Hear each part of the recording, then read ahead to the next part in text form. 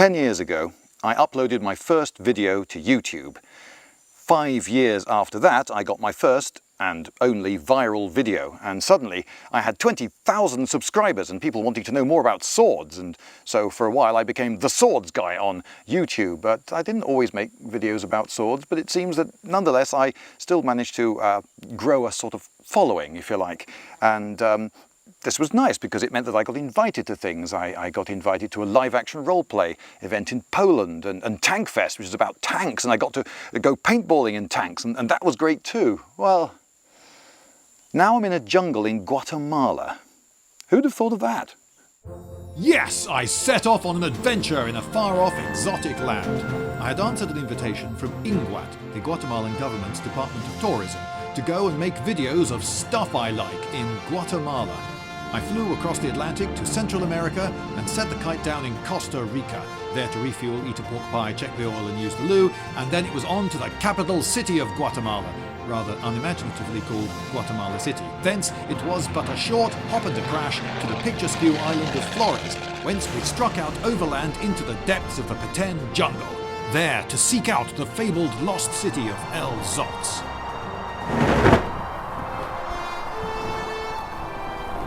Thank goodness for parachutes.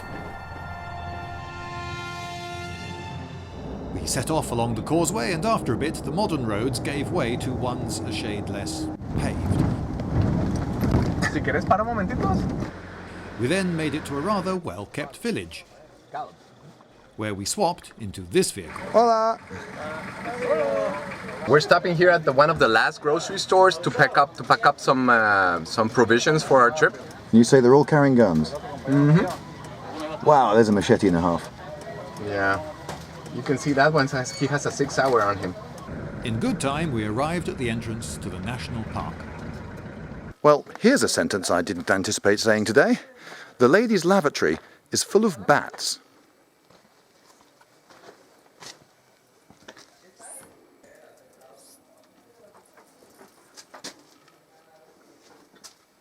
After this, it was a drive deeper into fully fledged jungle, the journey not without its challenges.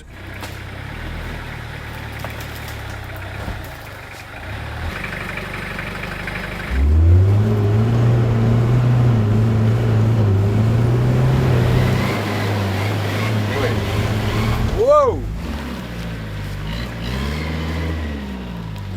In very safe hands. They're called razor. Yes.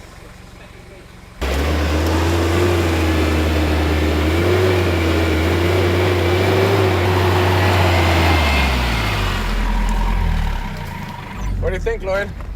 Well, I think of all the journeys in my life to choose not to wear a seatbelt, this is an interesting one. Eventually, we got to the open area where the helicopters used to bring in the archaeologists to their camp. Here, we were shown useful photographs of various things that could kill us. The Bothrops asper, it's kind of very territorial and aggressive, you know. Right. It's a snake that won't go away, stay there, you know, wait for you. And if you get closer, gets you, and you're in deep trouble. You are in deep trouble, and you have to get anti-venom shot immediately. I don't know. Otherwise, you're carrying one of those on you, aren't you? Yes, I have it here with me, so don't worry, guys. Yes. We say all this to reassure. We also signed the visitors book. Including us, there had been just 21 visitors in the last 3 months, about 188 people in the whole of the previous year. Then, leaving some of the team to set up camp, we headed off to the site. This quickly turned into a nature trail. This is a fungus farm. Leafcutter ants store balls of leaves underground. 6 months later, they're covered in fungus. Food. But would you believe it? Right in the middle of the bleeding path. This is the fruit of the bubblegum tree.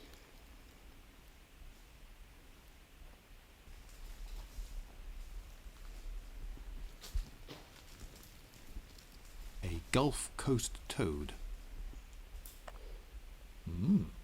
Funky. Are you thinking what I was thinking? It had to be, right?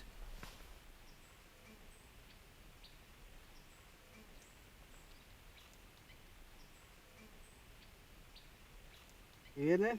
Hey, There it is. Wow. Photo. What a beautiful animal. A red-rumped tarantula. They reckoned it was about 4 years old.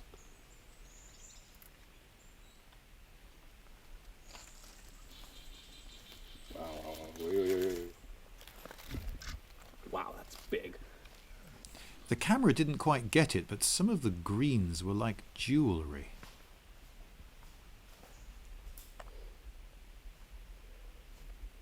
Then we arrived at the site. Hastening up the steep rise, I came to a perfectly flat, rectangular area, clearly the work of man. I spied a monkey, a spider monkey. Further up, and another very big flat area, one of the main plazas. Rising suddenly at one side of the plaza, a very steep, flat-sided hill, a pyramid, completely overgrown. Temple 1, one of several. Spider monkey. Exploratory tunnels have been dug into these hills, some by archaeologists, some by looters. To deter more looters, the archaeologists backfill the tunnels. Here you see a spoil heap created by tunnelling. It was about 82 feet high, sheer on one side and very, very steep on the other.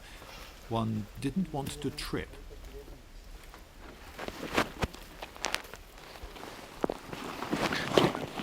Slightly wary of tree stumps, having seen that tarantula.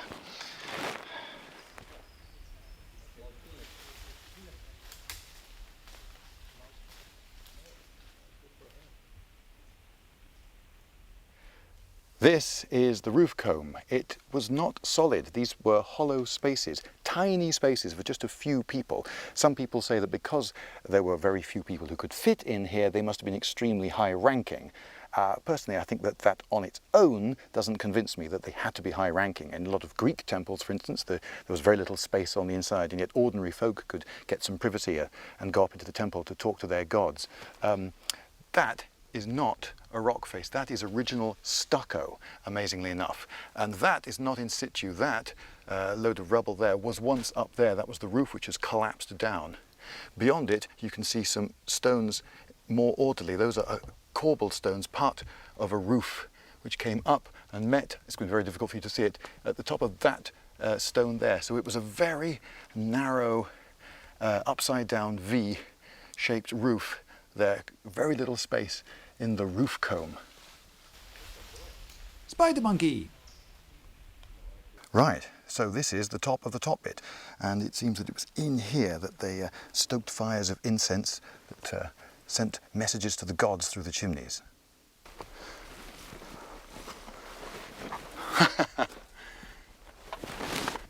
I'm sitting right on the top of the top bit here on Temple 1 at El Zotz. And if I look east, I can see something quite extraordinary. I can actually see the top of the top bit of Temple 4 in Tikal, 25 kilometers away.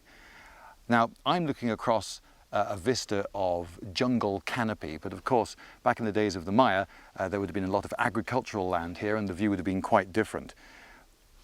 But it's reasonable to assume that it was possible to see from one to the other, and they definitely would have known about it. And what should we make about it? Tikal and this place have very similar architectural styles, and there's a debate here. Some archaeologists say, oh, well, that must mean that they were allied, but you could also say, well, perhaps they were rivals. On the very top of this there would be chimneys, and it is thought, because remains of incense built up on the inside have been found, that those chimneys had incense burned under them. We don't know how the people setting the fires managed to get up here, and I can tell you it's quite hairy being here. There's a hell of a drop. It's about 28 meters apparently, pretty much sheer down, and the sheer surface has survived because it's sheer. The rains have washed everything off it, and the jungle has not been able to reclaim it. The climb up here was pretty hairy, and I'm not particularly looking forward to getting down again, because I'm doing so mostly with just the one hand and the others clutching onto a rather expensive camera, the thing that you're seeing me through now. So we have to speculate. What what went through their mind when they looked that way? Were they looking at friends? Were they looking at enemies? Were they looking at rivals? Were they looking for smoke signals? One of the explanations for why you build up like this and burn incense is that you want the gods to smell that incense, and presumably if you put it right under their nostrils, they're more likely to smell it. So you get high, and they got high in more than one way, it seems. The priests and kings, well, the priests were also kings. Well, I should say the kings were also priests. It is thought took various hallucinogens to get closer to the gods, get into different mental states. It is spectacular up here, and though I can see for miles in all directions, and it's the middle of the day, there is remarkably little life. We've seen a couple of monkeys up in the trees, and otherwise it's very quiet. I was expecting the jungle to be filled with insects and flying things, and with the constant chirping of birds, but if we listen, you can hear some guides talking to each other in Spanish. There was a bird. But it's not exactly a vast chorus of aviary. It's an amazing spot. It's quite breathtaking. And now I have to climb down.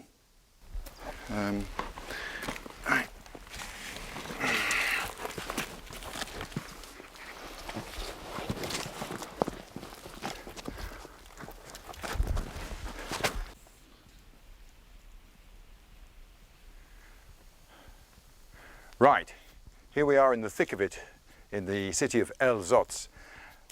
Down that way you can see a flat bit with two sloping bits either side. We believe that that is a Mayan ball court where the mysterious sport was played with the hoops either side and the rubber ball which you hit with your knees and elbows in some manner that we don't entirely understand. Here behind me there is an enormous mound. It's the biggest temple in the whole city.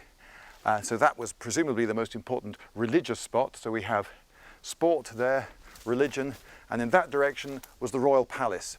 One of the reasons that palaces get called palaces is that they have more rooms in them than the temples. And so that suggests that possibly people were living in them.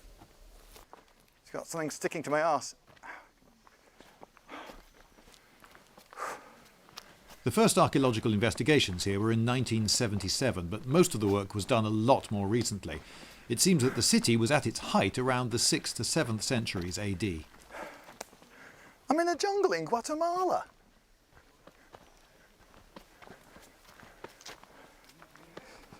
And I'm switching my microphone off. 49 buildings have been found so far in 4 main groups, but recent LiDAR investigation has been interpreted as suggesting a far larger site. We were running short of time.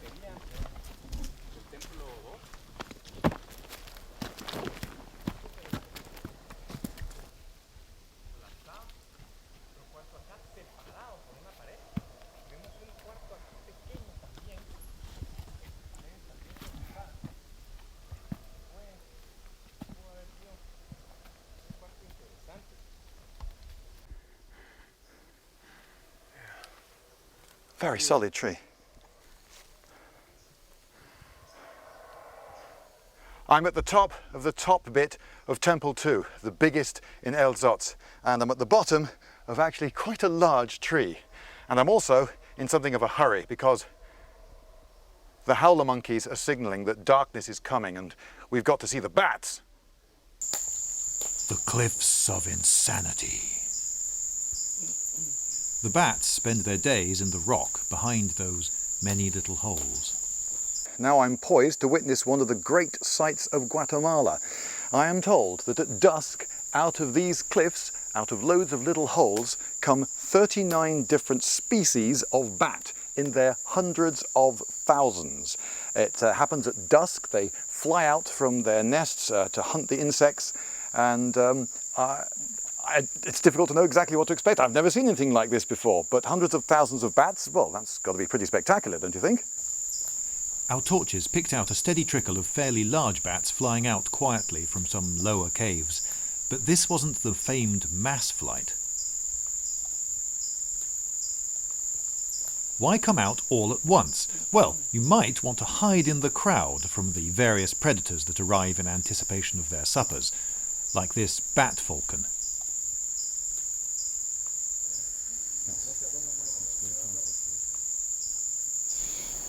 Suddenly, there they were, hundreds of thousands of bats flying out to eat insects.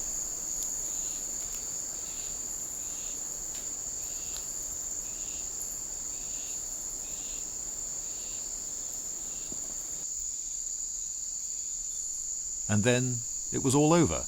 The exodus lasted less than a minute. But we stayed a while to listen to the noises of the forest.